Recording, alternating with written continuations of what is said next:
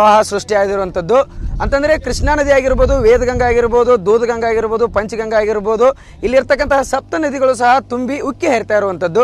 ಸದ್ಯ ನಾನಿವಾಗ ಅಥಣಿ ತಾಲೂಕಿನ ಸಪ್ತಸಾಗರ ಗ್ರಾಮದಲ್ಲಿರುವಂಥದ್ದು. ಗ್ರಾಮದ ನಡುಗಡ್ಡೆಯಿಂದ ಬೋಟ್ ಮುಖಾಂತರ ನಾನು ಊರಲ್ಲೇ ತರ್ತಾ ಇದ್ದೀನಿ. ನೀವು ಯಾವ ರೀತಿಯಾದಂತಹ ಇಲ್ಲಿ ಭೂಮಿಗಳು ಜಲಾವೃತ ಆಗಿದೆ ಅನ್ನೋದನ್ನು ಸಹ ನಿಮಗೆ ತೋರಿಸುವಂಥ ಸಣ್ಣ ಪ್ರಯತ್ನ ಮಾಡ್ತಾ ಇದ್ದೀನಿ. ಅಂತಂದರೆ ನೀವು ದೃಶ್ಯಾವಳಿಗಳಲ್ಲಿ ಕಾಣ್ತಾ ಇರುವಂಥದ್ದು ಸಂಪೂರ್ಣವಾಗಿ ಕಬ್ಬು ಏನಿದೆ ಇದು ಸಂಪೂರ್ಣವಾಗಿ ಜಲಾವೃತವಾಗಿರುವಂಥದ್ದು. ಅಂತಂದ್ರೆ ಏನು, ಇಲ್ಲಿನ ಜನರಿಗೆ ಏನು ಪ್ರಮುಖವಾಗಿ ಕಬ್ಬನ್ನು ನೆಚ್ಚಿಕೊಂಡಿರ್ತಕ್ಕಂತಹ ಕಬ್ಬು ಬೆಳೆಯನ್ನು ನೆಚ್ಚಿಕೊಂಡಿರ್ತಾರೆ. ಆದರೆ ಈಗ ಅವ್ರಿಗೆ ಸಂಪೂರ್ಣವಾಗಿ ಏನು ಅಂತಂದರೆ ಅದು ಜಲಾವೃತ ಆಗಿ ಅವರಿಗೆ ಯಾವುದೇ ರೀತಿಯಾದಂಥ ಮುಂದೆ ಏನು ಮಾಡಬೇಕು ಅನ್ನೋದು ಸಹ ಗೊತ್ತಾಗ್ತಾ ಇಲ್ಲ. ನೀವು ನೋಡಿ ದೃಶ್ಯಾವಳಿಗಳಲ್ಲೂ ಸಹ ಕಾಣ್ತಾ ಇರುವಂಥದ್ದು.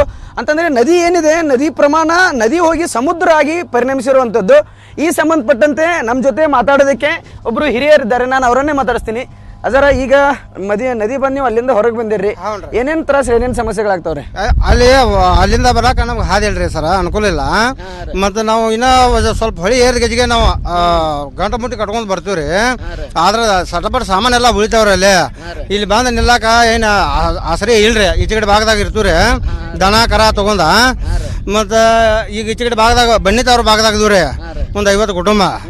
ಮತ್ತು ಅದ ಭಾಗದಿಂದ ನಾವು ಅಲ್ಲೇ ಶಿಫ್ಟ್ ಆಗಿದ್ದೀವಿ ರೀ. ಅದ್ರ ಶಿಫ್ಟ್ ಅಂದ್ರೆ ಸುಮ್ಮನೆ ತಟ್ಟ ಪಟ್ಟ ಪಡ್ಕೊಂಡು ಕೊಟ್ಟಿದ್ವಿ ರೀ. ಅಲ್ಲೇ ಹೆಂಡ್ರ ಮಕ್ಕಳ ಮತ್ತು ನಮ್ಮ ದನ ಕರ ಎಲ್ಲ ನಾವು ಅಲ್ಲೇ ಇದೀವಿ ರೀ.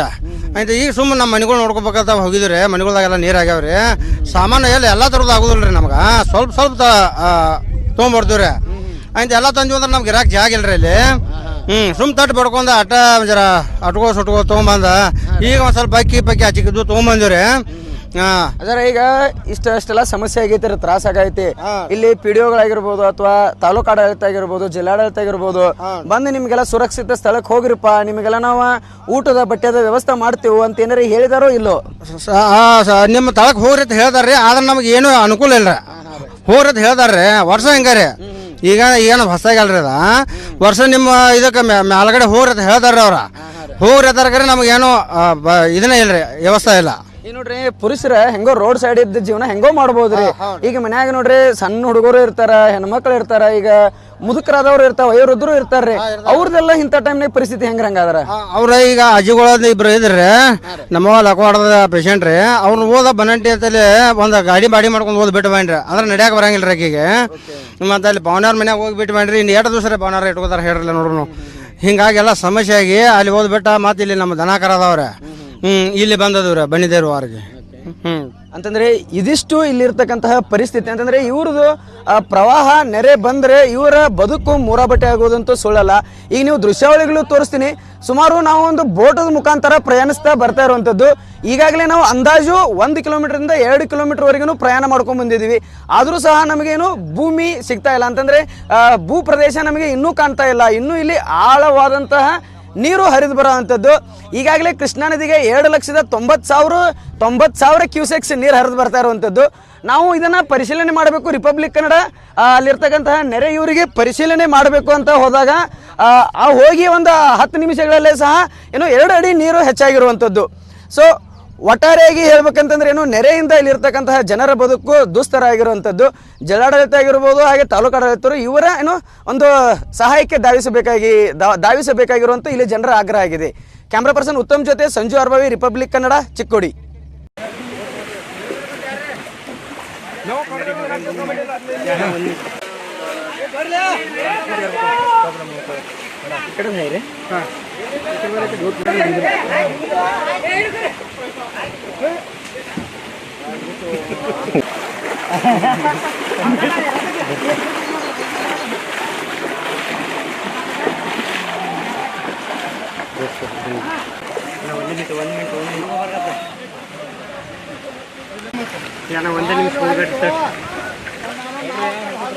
ಒಂದು ನಿಮಿಷ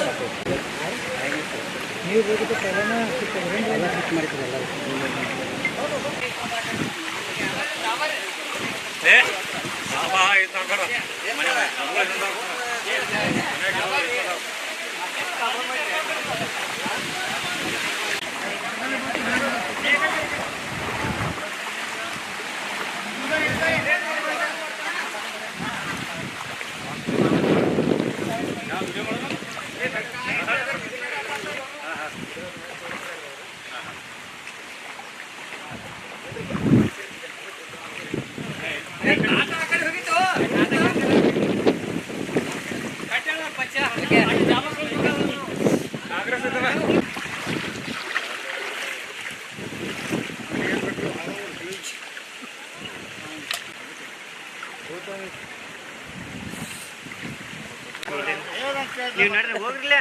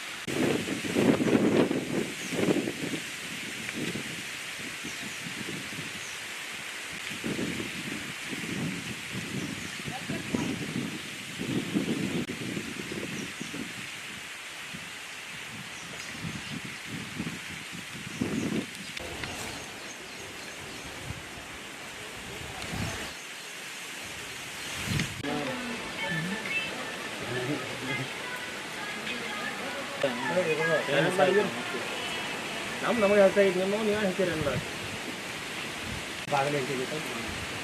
ಇನ್ನೊಂದು 2 ಫೂಟ್ ಏನೆಲ್ಲ ಇರತ್ತಪ್ಪ ಕಂಪ್ಲೀಟ್ ಯಾವ ಇದನ್ನ ಎಲ್ಲ ಇಳಿದು ಬಂದ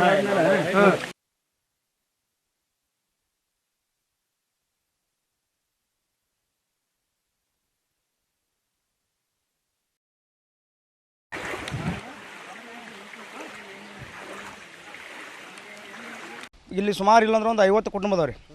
50 ಕುಟುಂಬ ಅಂದ್ರೆ ಮನ್ಯಾಗ ಇಲ್ಲಾಂದ್ರೆ ಒಂದು ಮನೆಗೆ ರೀ 4-5 ಜನ ಅದಾರ ರೀ. ಸುಮಾರು ಇಲ್ಲಾಂದ್ರೆ ಒಂದು 200 ಜನ ಆಗ್ತಾರೆ ರೀ. ಇಲ್ಲಿ ಹೆಂಗಾಗೈತಿ ರೀ, ಫಸ್ಟ್ ಪೈಲ ನಮ್ಮ ಊರಿಗೆ ನದಿ ಪ್ರವಾಹ ಬತ್ತಂದ್ರೆ ರೀ ಇಲ್ಲಿ ಒಂದು ಬ್ಯಾರೇಜ್ ಐತ್ರಿ ನಮ್ದು ನೀರು ರೀ ಡ್ಯಾಂಬ. ಅದು ಮುನಿಗಿತಪ್ಪ ಅಂತಂದ್ರೆ ಫಸ್ಟ್ ಪೈಲ ಊರು ಮುಳುಗಕ್ಕಿಂತ ಮೊದಲು ನಾವು ಮುಳುಗ್ತೀವಿ ರೀ. ನಾವು ಎದ್ದು ಬೇರೆ ಕಡೆ ಸ್ಥಳಾಂತರ ಆಗ್ತೀವಿ ರೀ. ಆ ರೀತಿ ಇಲ್ಲಿ ಯಾರೂ ಬಂದು ಕಿಸಿನ ಸವಲತ್ತು ತನಕ ನಿಮ್ಗೆ ಹೇಳ್ರಿ ಅಂತಂದು ಹೇಳಿ ಯಾರೂ ಹೇಳಂಗಿಲ್ಲ ನಮಗೆ ರೀ. ನಮ್ಮದು ನಾವು ನೀರಿಗೆ ಹಂಚ್ಕಿಸಿಂದ ನಾವು ಹೋಗ್ತೀವಿ ರೀ. ಬಂದ್ರೂ ಗೌರ್ಮೆಂಟ್ ಸವಲತ್ತು ತನಕ ಯಾರೂ ಕೊಡಂಗಿಲ್ಲ ರೀ. ನಾವು ಮಂದಿ ಆಶ್ರಯ ಒಳಗೆ ರೀ. ಈಗ ಯಾರ್ದೋ ಒಬ್ರು ನಮ್ಮ ಫ್ರೆಂಡ್ಶಿಪ್ ಸರ್ಕಲ್ದಾಗ ಯಾರ್ದೋ ಒಬ್ರು ಜಮೀನು ಇತ್ತಂದ್ರೆ ಕುಲ್ಲ ಜಮೀನ್ದಾಗ ಹೋಗಿ ಸೆಡ್ ಹಾಕಿಸಿದ್ರಿ ಅಂತೆಲ್ಲ ಹೋಗಿದ್ವಿ ರೀ. ಅವ್ರು ಕೊಟ್ಟಂತ ಊಟ ಮಾಡ್ಕೊಂಡು ನಮ್ದಷ್ಟು ಇದ್ದದ್ರೊಳಗೆ ಮಾಡ್ಕೊಂಡ್ರಿ ಅಂತ ಏನಾಗ್ತದೆ ರೀ, ನಮ್ಮ ಸಾಮಾನು ಒಂದೇ ದಿವ್ಸಕ್ಕೆ ನಾವು ಇಲ್ಲಿ ಹೇಳ್ಬೇಕಂದ್ರೆ ಒಮ್ಮೆ ಎಲ್ಲ ಗಂಟು ಮುಟ್ಕೊಂಡು ನಾವು ಕಟ್ಕೊಂಡು ಹೋಗೋದು ಆಗಂಗಿಲ್ಲ ರೀ. ಇದ್ದದ ಸಾಮಾನೆಲ್ಲ ಇಲ್ಲೇ ಬಿಟ್ಟು ನಮ್ಗೆ ಹೊಚ್ಕೊಳ್ಳೋದು ಅರಿವಿ ಹಾಕೊಳ್ಳೋದು ಒಂದು ಇದ್ದಷ್ಟು ದುಡ್ಡು ಅಷ್ಟು ತೊಗೊಂಡು ಹೋಗೋದು ರೀ ಅಷ್ಟೇ. ನಮ್ದು ಇದ್ದದ್ದು ಜೀವನ ರೀ ಎಲ್ಲ ಇಲ್ಲಿ ನಮ್ಮ ಗಡ್ಡೆ ಅಂತಾರೆ ನಮ್ದಕ್ಕೆ. ಬೆಳಿಗ್ಗೆ ಇದ್ದದೆಲ್ಲ ನಾಶ ಆತ್ರಿ. ಈಗ ಮುಂದಿನ ನಾವು ಜೀವನ ಮಾಡ್ಬೇಕಾದ್ರೆ ಭಾಳ ಸಂಕಟ ಐತ್ರಿ. ದುಡ್ದಾಗ ಹೊಟ್ಟೆ ತುಂಬೋದ್ರಿ ರೀ. ಇಲ್ಲಿ ಹೆಂಗಾಗೈತೆ ರೀ, ನಾವು ಇದ್ದದ ಭೂಮಿ ಕಸಬು ನಮ್ಮದು ಇಲ್ಲೇ ಇರ್ತೈತೆ ರೀ. ದನ ಕರ್ಗೊಳ್ರಿ ಈಗ ಮಂದಿಯಲ್ಲೇ ಓದಿ ಅಂದ್ರೆ ಅಲ್ಲಿ ಏನೂ ವ್ಯವಸ್ಥೆ ಇಲ್ಲ ರೀ. ಗೋಶಾಲೆ ಒಳಗೆ ಯಾರು ಮೇವು ಕೊಡಕತ್ತಿಲ್ಲ ರೀ ನಮಗೆ. ಮತ್ತು ಕಾಳಜಿ ಕೇಂದ್ರದವ್ರು ಯಾರು ನಮ್ಗೆ ಗಂಜಿ ಕೇಂದ್ರ ಅಂತೇಳಿ ಅದನ್ನೂ ಯಾರೂ ಮಾಡಿಲ್ಲ ರೀ. ಎಲ್ಲಿ ಮಾಡಿಲ್ಲ ರೀ. ಇವಾಗ ನೀನು ಯಾರೋ ಇವತ್ತು ಶಾಸಕರು ಬರ್ತಾರೆ ಅಂತ ಹೇಳಿ ಇವತ್ತು ಓಪನ್ ಮಾಡ್ಯಾರ ರೀ ವಿದ್ಯಾನಗರ ಅಂತ ಹೇಳ್ರಿ. ಅದು ಈಗ ಅಲ್ಲಿ ರೋಡ್ ಪ್ಯಾಕ್ ಆಗೈತೆ ರೀ. ಆಲ್ರೆಡಿ ನೀರು ಬಂದತ್ರಿ ಈಗ ಅಲ್ಲಿ. ಅಂತ ಇದ್ದದ ಜನ 50 ಕುಟುಂಬದ ಮನೆಯೆಲ್ಲ ಇಲ್ಲಿ ಸಿದ್ದಾಪುರ ರೋಡ್ ಅಂತೇಳಿ ಎಲ್ಲ ಇಲ್ಲೈತ್ರಿ. ಅಜು ಪಿ ಡಿ ಅವ್ರು ಹೇಳ್ತಾರೆ ರೀ ಮಾಡೋಣ್ರಿ ಅಲ್ಲಿ ನಾವು ಹಾಳು ಮ್ಯಾಗ ಮಾಡ್ತೀವಿ ಅಂತ ಹೇಳ್ತಾರೆ ರೀ. ಇಲ್ಲಿ ಜನ 2 ಕಡೆ ನೀರು ದಾಟಿ ಹೋಗಿ ಊಟ ಮಾಡೋದು ಆಗಂಗಿಲ್ಲ ರೀ. ನಾವು ಇದ್ದ ಜಾಗ ಕೊಡಂದ್ರೂ ಯಾರೂ ಕೊಟ್ಟಿಲ್ಲ ರೀ ನಮಗೆ. ಯಾರೂ ಅಧಿಕಾರಿಗಳು ಬಂದು ಇಲ್ಲಿ ಯಾರೂ ಕೇಳಿರಿ. ಹಿಂಗಾಗಿ ನಮಗೆ ಪ್ರತಿ ವರ್ಷ ಇಲ್ಲಿ ನಷ್ಟ ಆಗ್ತದೆ ಕರೆ ನಮಗೇನು ಲಾಭ ಅನ್ನುವಂಥದ್ದು ಏನೂ ಇಲ್ಲ ರೀ. ಹಾಂ ರೀ. ಹೆಣ್ಮಕ್ಳಂದ್ರೆ ನಾವು ನೋಡ್ರಿ ರೋಡ್ ಮೇಲೆ ಛತ್ ಬಿಡ್ತೀವಿ ರೀ. ಅದ್ರಾಗ ಹೆಣ್ಮಕ್ಳೆಲ್ಲ ಜೀವನ ಮಾಡ್ತಾರೆ ರೀ. ಪ್ರತಿ ವರ್ಷ ನಾವು ಬಂಧು ಬಳಗದ ಮನೆಗೆ ಯಾರೋ ಪೌಂಡರ್ ಬೀಗರ ಮನೆಗೆ ಹೋಗ್ಬೇಕಂದ್ರೂ ಅಸಹ್ಯ ಅನಿಸಿ ಯಾರೂ ಹೋಗಂಗಿಲ್ಲ ರೀ. ಈಗ 1 ವರ್ಷ 2 ವರ್ಷ ಹೋದ್ರಿ. ಈಗ ಅವರು ಬಾನ್ ಆಯ್ತಿಲ್ಲ, ನಾವು ಹೋಗಕತ್ತಿಲ್ಲ ರೀ. ಭಾಳ ಸಂಕಟ ಐತ್ರಿ ಈಗಿನ ಟೈಮ್ದಾಗ. ಹೀಗಾಗಿ ಮಂದಿ ಜಮೀನದೊಳಗೆ ಅಲ್ಲಿ ಇದ್ದಂಥ ಉಪಸ್ಥಿತಿ ಒಳಗೆ ಬದುಕೋ ಸಾಧ್ಯತೆ ನಡೆಸ್ಯಾರ ರೀ. ಗೌರ್ಮೆಂಟ್ ಇದ್ದ ತನಕ ಯಾವುದೂ ಸವಲತ್ತು ತನಕ ಏನೂ ಇಲ್ಲ ರೀ. ಹೀಗಾಗಿ ಇಷ್ಟ ಐತ್ರಿ ನಮ್ದು ರೀ. ಶಿವಾನಂದ ದರಪಚ್ಚನವ್ರು.